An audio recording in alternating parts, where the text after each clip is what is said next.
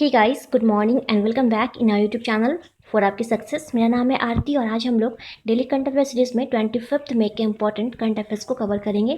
तो video start करने से पहले आपको बता दूं कि अगर आपको हमारे डेली करंट अफेयर सीरीज की फ्री पीडीएफ फाइल चाहिए तो आप हमारे टेलीग्राम ग्रुप फॉर आपकी सक्सेस को ज्वाइन कर लीजिए। वहाँ से आप इसे फ्री में डाउनलोड कर सकते हैं और जो टेलीग्राम का लिंक है इस वीडियो के डिस्क्रिप्शन बॉक्स में दी हुई है। तो चलिए स्टार्ट करते हैं आज की वीडियो। हमारा फर्स्ट क्वेश्चन है, mRNA नामक कोरोना वायरस वैक्सीन किस देश के द्वारा विकसित किया गया है? तो इसका राइट आंसर है ऑप्शन ए, अमेरिका।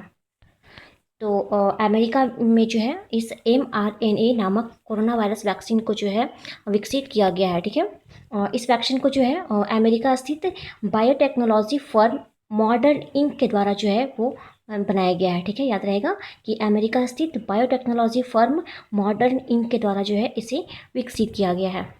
ओके, बढ़ते गए प्रश्न पे।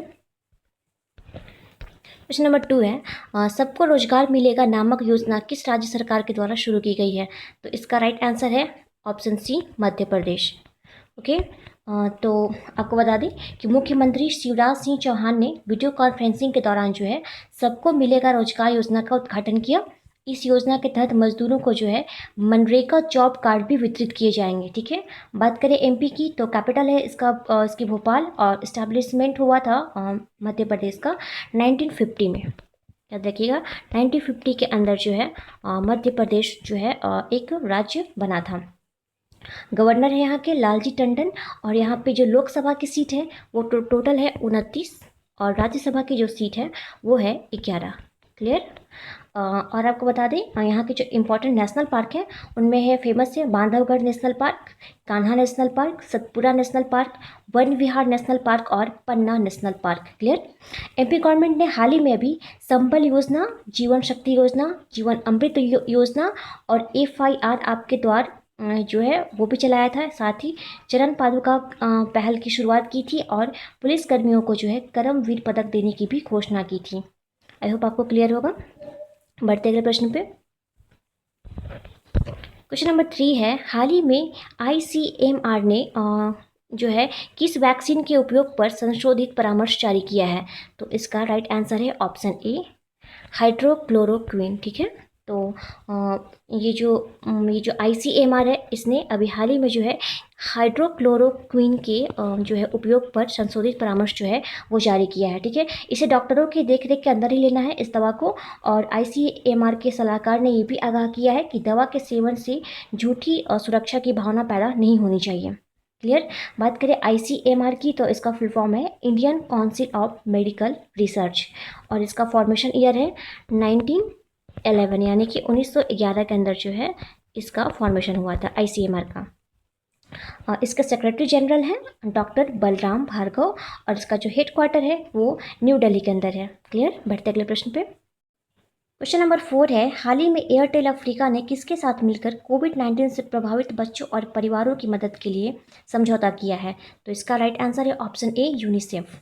ठीक है, तो इससे अफ्रीका के जो है 13 देशों के बच्चों को लाभ मिलेगा जो कोविड-19 महामारी की वजह से उनकी पढ़ाई जो है स्कूल बंद होने से प्रभावित थी। ठीक है, बात करें यूनिसेफ की तो इसका जो पहले विस्तृत नाम था वो था United nation international children emergency fund, जो कि अब बदल करके कर दिया गया है United nation children fund. Clear. याद रखना कि यूनिसेफ का जो फुल फॉर्म है वो है यूनाइटेड नेशन चिल्ड्रन फंड। इसका जो हेडक्वार्टर है वो न्यूयॉर्क के अंदर है।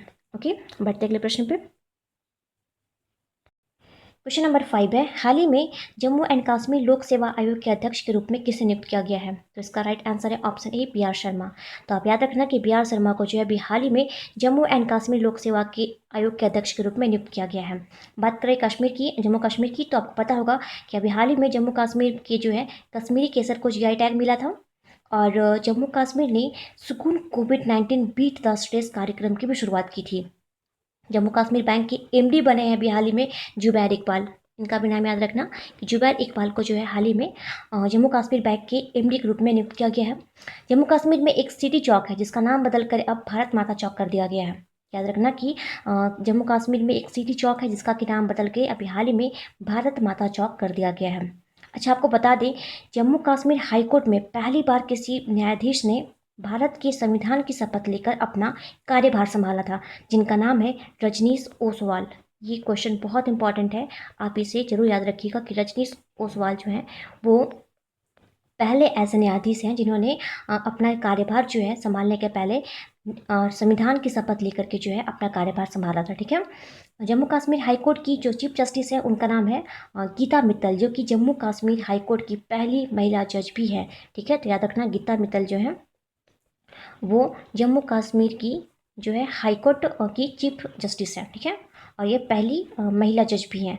साथ ही आपको जम्मू कश्मीर के पहले लेफ्टिनेंट गवर्नर का भी नाम याद रखना है। इनका नाम है गिरीश चंद्र मुर्मू। ये मैंने आपको बहुत बार बताया है, इसलिए याद रखना कि जम्मू कश्मीर के जो लेफ्टिनेंट गवर्नर है उनका नाम है गिरीश चंद्र मुर्मू। क्लियर। बढ़ते अगले प्रश्न पे। क्वेश्चन नंबर 6 है, हाल ही में सीमा विवाद के बीच किसने नया मानचित्र स्वीकृत किया है? तो इसका राइट आंसर है ऑप्शन ए, नेपाल। तो इस मानचित्र में जो है तिब्बत, चाइना और नेपाल से सटे हुए बॉर्डर पर जो काला पानी, लिपू लेक और लिम्पियाधुरा है उसे नेपाल का हिस्सा दर्शाया गया है। ओके। नेपाल की बात करें तो इसकी जो कैपिटल है उसका नाम है काठमांडू, जहाँ पर सार्क का हेडक्वार्टर स्थित है। ओके। प्रेसिडेंट है यहाँ के विद्या देवी भंडारी, और यहाँ के जो पीएम है उनका नाम है केपी शर्मा ओली। ठीक है। भारत और नेपाल के बीच एक एक्सरसाइज होती है जिसका नाम है सूर्य किरण। याद रखना, सूर्य किरण नाम की जो एक्सरसाइज है वो भारत और नेपाल के बीच होती है। आई होप आपको क्लियर होगा। बढ़ते हैं प्रश्न पे। क्वेश्चन नंबर 7 है, हाल ही में वोडाफोन समूह के अध्यक्ष के रूप में किसे नियुक्त किया गया है? तो इसका राइट आंसर है option A, Jean Francois Van Box Maker. ठीक है, तो इनका नाम याद रखना कि Jean Francois Van Box Maker को जो है हाल ही में वोडाफोन समूह के अध्यक्ष के रूप में जो है नियुक्त किया गया है। ये नवंबर से जो है अपना पद संभालेंगे। और वोडाफोन से जो है रिलेटेड एक करंट का क्वेश्चन भी अभी हाल ही में हमने पढ़ा था कि चाइनीज स्मार्टफोन कंपनी ओप्पो जो है उसने वोडाफोन के साथ जो है 5G अपनाने को बढ़ावा देने के लिए जो है वो भी घोषणा की थी। ठीक है। बढ़ते अगले प्रश्न पे। क्वेश्चन नंबर 8 है, हाल ही में किस देश ने 3 दिनों के लिए राष्ट्रीय ध्वज को आधा फहराए जाने की घोषणा की है? तो इसका राइट आंसर है ऑप्शन ए, अमेरिका। तो यहाँ पे जो है अमेरिका में है अभी 3 दिनों के लिए जो है वो राष्ट्रीय ध्वज को आधा फहराए जाने की जो है घोषणा की गई है। ऐसा क्यों किया गया? ऐसा इसलिए किया गया है क्योंकि कोविड-19 के कारण जो है यहाँ मरने वालों की संख्या 95,000 के भी पार हो गई है। तो इसलिए इनके सम्मान में जो है राष्ट्रपति डोनाल्ड ट्रंप ने ऐसा करने का निर्णय लिया है। और हर साल, ठीक है, हर साल जो है 25 मई को ये मेमोरियल डे के तौर पर नेशनल फ्लैग को आधा फहराया जाएगा, ये भी घोषित कर दिया गया है। क्लियर। बात करें अमेरिका की तो कल ही हमने पढ़ा था कि विश्व की सबसे बड़ी और सबसे गर्म ज्वालामुखी जो ढाल ज्वालामुखी थी यानी शील्ड वोल्केनो, उसकी खोज की गई है अमेरिका के अंदर। ठीक है। साथ ही अमेरिका ने हाल ही में एक चंद्रमा का एकीकृत भूवैज्ञानिक नक्शा यानी कि जियोलॉजिकल यूनिफाइड मैप भी लॉन्च किया था। अमेरिका में भारतीय राजदूत के रूप में अभी तरनजीत संधू को जो है नियुक्त किया गया है। ठीक है, याद रखना तरनजीत संधू को जो है अभी हाल ही में अमेरिका में भारतीय राजदूत के रूप में नियुक्त किया गया है। और जो है अभी अमेरिका ने खुद को ओपन स्काई संधि नाम की प्रमुख वैश्विक संधि से जो है खुद को अलग करने की भी घोषणा कर दी है। याद रखना, ये बहुत इंपॉर्टेंट क्वेश्चन है कि अमेरिका ने खुद को जो है ओपन स्काई संधि नामक जो प्रमुख वैश्विक संधि है उससे खुद को अलग करने की घोषणा कर दी है। बढ़ते अगले प्रश्न पे। नेक्स्ट है, मई 2020 तक कौन सा देश व्यक्तिगत सुरक्षा उपकरण यानी कि PPE बॉडी कवर का अग्रणी निर्माता होगा? तो इसका राइट आंसर है ऑप्शन ए, चाइना। तो आप याद रखना कि चाइना जो है मई 2020 के अंदर जो है वो व्यक्तिगत सुरक्षा उपकरण PPE बॉडी कवर का जो है अग्रणी निर्माता जो है वो बन जाएगा। ठीक है। बात करें चाइना की तो अभी हाल ही में हमने पढ़ा था कि इसने 2 नए उपग्रह जिसका नाम शिंगयून 201 और 202 है, इसे सफलतापूर्वक लॉन्च कर दिया है। ठीक है। और चाइना ने अपनी न्यू डिजिटल करेंसी भी लॉन्च की जिसका नाम रखा गया है DCEP। ओके, याद रखना DCEP जो है वो चाइना की न्यू डिजिटल करेंसी है। ठीक है। इसके साथ ही हमने ये भी पढ़ा है कि अमेरिकी सीनेट ने जो है चीन की कंपनियों को स्टॉक एक्सचेंज से हटाने का जो है वो निर्णय ले लिया था। ठीक है। बढ़ते अगले प्रश्न पे। हमारा आज का लास्ट क्वेश्चन है, हाल ही में फिक्की लेडीज़ ऑर्गेनाइजेशन के राष्ट्रीय अध्यक्ष के रूप में किसे नियुक्त किया गया है? तो इसका राइट आंसर है ऑप्शन ए, जानवी फुकन। ठीक है, तो जानवी फुकन को जो है अभी हाल ही में फिक्की लेडीज़ ऑर्गेनाइजेशन के राष्ट्रीय अध्यक्ष के रूप में नियुक्त किया गया है। ठीक है, बात करें फिक्की की, तो आप इसका फुल फॉर्म देख लीजिए एक बार। फिक्की का फुल फॉर्म है federation of Indian chambers of commerce and industry. ठीक है, हेडक्वार्टर है इसका न्यू दिल्ली के अंदर, और इसकी जो स्थापना हुई थी वो है 1927। ठीक है, 1927 के अंदर जो है फिक्की का स्थापना किया गया था। ठीक है, और इसकी जो अध्यक्ष है उनका नाम है संगीता रेड्डी। ठीक है, तो फ्रेंड्स ये था हमारा आज का important current affairs. I hope आप सबको पसंद आया होगा। तो अब बढ़ते हैं क्विज पे। तो कल हमने आपसे प्रश्न पूछा था कि किस यूनियन टेरिटरी को जो है सबसे पहले कोरोना मुक्त घोषित किया गया है? तो इसका राइट आंसर था लद्दाख। ठीक है, तो आप सभी ने इसका सही आंसर दिया था।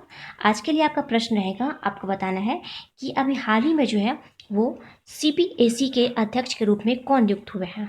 ठीक है, CBSE के अध्यक्ष के रूप में किसे नियुक्त किया गया है? ये आप जो है हमें इसका आंसर जो है कमेंट बॉक्स में कमेंट करके बताइए। तो फ्रेंड्स आज की जो वीडियो है ये समाप्त करते हैं। Okay, thanks for watching.